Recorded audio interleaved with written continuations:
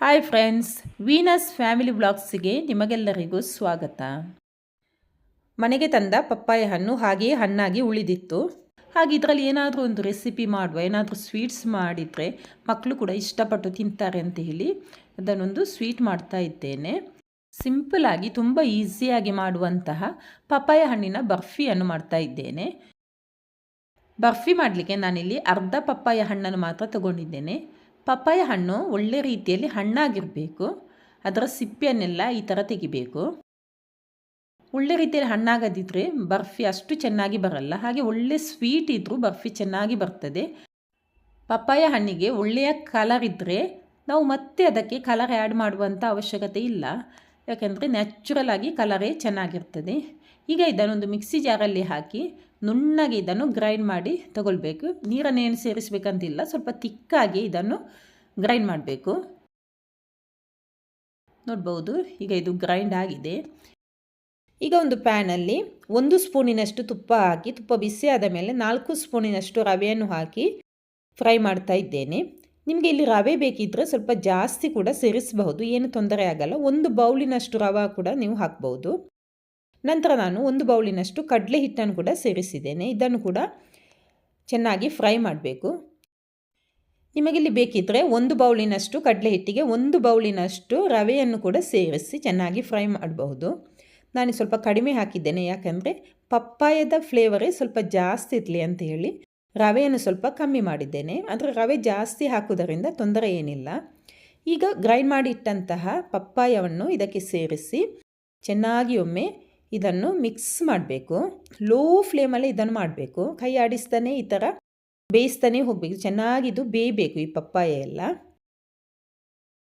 ಈಗ ಇದಕ್ಕೆ ಹುಡಿ ಮಾಡಿಟ್ಟಂತಹ ಬೆಲ್ಲವನ್ನು ಸೇರಿಸಿದ್ದೇನೆ. ಪಪ್ಪಾಯ ಚೆನ್ನಾಗಿ ಸಿಹಿ ಇದೆ, ಹಾಗಾಗಿ ನಾನಿಲ್ಲಿ ಬೆಲ್ಲ ಕಡಿಮೆ ಹಾಕಿದ್ದೇನೆ. ಒಂದು ಅರ್ಧ ಬೌಲಿನಷ್ಟು ಹಾಕಿದ್ದೇನೆ. ಪಪ್ಪಾಯ ಚಪ್ಪೆ ಇದ್ದರೆ ನೀವು 1 ಬೌಲಿನಷ್ಟು ಬೆಲ್ಲವನ್ನು ಸೇರಿಸಬೇಕಾಗ್ತದೆ. ಈಗ ಈ ಬೆಲ್ಲ ಕರಗುವ ತನಕ ಲೋ ಫ್ಲೇಮಲ್ಲಿ ಚೆನ್ನಾಗಿ ಇದನ್ನು ತಿರುಗಿಸಬೇಕು. ನಂತರ ನಾನಿಲ್ಲಿ 1 ಟೀ ಸ್ಪೂನಿನಷ್ಟು ತುಪ್ಪವನ್ನು ಸೇರಿಸಿದ್ದೇನೆ. ಇದಕ್ಕೆ ತುಪ್ಪ ಜಾಸ್ತಿ ಬೇಕಂತಿಲ್ಲ. ಇಲ್ಲಿ ನಾನು ಟೋಟಲ್ ಆಗಿ 3 ಸ್ಪೂನು ತುಪ್ಪವನ್ನು ಮಾತ್ರ ಸೇರಿಸಿದ್ದೇನೆ. ನಿಮಗೆ ತುಪ್ಪ ಬೇಡ ಅಂದರೆ ತೆಂಗಿನಕಾಯಿ ಎಣ್ಣೆಯನ್ನು ಕೂಡ ಸೇರಿಸಿ ಮಾಡಬಹುದು, ಅದು ಕೂಡ ಚೆನ್ನಾಗಿ ಬರ್ತದೆ. ನೋಡ್ಬೋದು, ಈಗ ಇದು ಸ್ವಲ್ಪ ಸ್ವಲ್ಪ ಬೇಯ್ತಾನೆ ಬಂತು. ಈಗ ನಾನಿಲ್ಲಿ 1 ಸ್ಪೂನು ತುಪ್ಪವನ್ನು ಇನ್ನೊಮ್ಮೆ ಆ್ಯಡ್ ಮಾಡಿದ್ದೇನೆ. ಈ ಥರ ಪ್ಯಾನಿನಿಂದ ಇದು ಚೆನ್ನಾಗಿ ಬಿಟ್ಟು ಬರಬೇಕು. ಈಗ ಇದು ಕಂಪ್ಲೀಟಾಗಿ ಕುಕ್ ಆಗಿದೆ. ನೋಡ್ಬೋದು, ಫ್ರೈ ಫ್ಯಾನಿಂದ ಈ ಥರ ಬಿಟ್ಟು ಬರಬೇಕಂದ್ರೆ ಇದು ರೆಡಿ ಅಂತ ಹೇಳಿ. ಕೊನೆಯಲ್ಲಿ ನಾನಿಲ್ಲಿ ಸ್ವಲ್ಪ ಗೋಡಂಬಿಯನ್ನು ಸೇರಿಸಿದ್ದೇನೆ, ಹಸಿ ಗೋಡಂಬಿಯನ್ನು ಸೇರಿಸಿದ್ದೇನೆ. ನಿಮಗೆ ಬೇಕಿದ್ದರೆ ನೀವು ಯಾವ ಡ್ರೈ ಫ್ರೂಟ್ಸನ್ನು ಕೂಡ ಹಾಕ್ಬೋದು, ಹಸಿ ಹಾಕ್ಬೋದು, ಅದು ಬೇಕಿದ್ದು ಫ್ರೈ ಮಾಡಿ ಕೂಡ ಹಾಕ್ಬೋದು. ಈಗ ಇದು ಕಂಪ್ಲೀಟಾಗಿ ರೆಡಿಯಾಗಿದೆ. ನೋಡ್ಬೋದು ಪ್ಯಾನಲ್ಲಿ ಯಾವ ಥರ ಓಡ್ತಾ ಉಂಟು ಅಂತೇಳಿ. ಈ ಥರ ಆಗಬೇಕಿದು. ಇಲ್ಲಿ ಒಂದು ಕಂಟೈನರಿಗೆ ಮೊದಲೇ ತುಪ್ಪ ಹಚ್ಚಿ ರೆಡಿ ಮಾಡಿ ಇಟ್ಟಿದ್ದೆ. ಈಗ ಇದನ್ನು ಈ ಕಂಟೈನರಿಗೆ ಹಾಕಬೇಕು. ಎಷ್ಟು ಗಟ್ಟಿಯಾಗಿ ಇದು ರೆಡಿಯಾಗಿದೆ ನೋಡಿ. ಒಂದು ಬ್ರಷ್ಷಿಗೆ ಸ್ವಲ್ಪ ತುಪ್ಪ ಸವರಿ ಅಥವಾ ಎಣ್ಣೆ ಬೇಕಾದರೂ ಸವರಿಬಿಟ್ಟು ಈ ಥರ ನೀವು ಇದನ್ನು ಶೇಪ್ ಕೊಡಬೇಕು. ಇದಕ್ಕೆ ನಾನಿಲ್ಲಿ ಫುಲ್ಲು ಬಾಕ್ಸಲ್ಲಿ ಹಾಕಲಿಲ್ಲ, ಯಾಕೆಂದರೆ ಸ್ವಲ್ಪ ಕಡಿಮೆ ಇರುವುದರಿಂದ. ಫುಲ್ಲು ಬಾಕ್ಸಲ್ಲಿ ಸ್ಪ್ರೆಡ್ ಮಾಡಿದರೆ ಅದು ತುಂಬ ತೆಳುವಾಗಿ ಬರ್ತದೆ. ತೆಳು ಮಾಡಿದ್ರಷ್ಟು ಚೆನ್ನಾಗಿರಲ್ಲ ಅಂಥೇಳಿ 3/4 ಬಾಕ್ಸಿಗೆ ಈ ಥರ ಶೇಪ್ ಕೊಟ್ಟಿದ್ದೇನೆ. ಇದು ಕಂಪ್ಲೀಟಾಗಿ ತಣ್ಣಗಾಗಲಿಕ್ಕೆ 2 ತಾಸಾದರೂ ಬೇಕಾಗ್ತದೆ. ಫ್ರಿಜ್ಜಲ್ಲಿ ಏನಿಡಬೇಕಂತಿಲ್ಲ, ಹೊರಗೇನೆ ಇಟ್ಟರೆ ಸಾಕು. 2 ತಾಸು ಆದಮೇಲೆ ನೋಡ್ಬೋದು ಚೆನ್ನಾಗಿ ಗಟ್ಟಿಯಾಗಿದೆ. ಈಗ ಇದನ್ನು ನಿಮಗೆ ಯಾವ ಶೇಪ್ ಬೇಕು ಆ ಶೇಪಲ್ಲಿ ನೀವು ಇದನ್ನು ಕಟ್ ಮಾಡಿ ತಗೊಳ್ಬಹುದು. ತುಂಬ ಸಾಫ್ಟಾಗಿ ಸೂಪರಾಗಿ ಬಂದಿದೆ.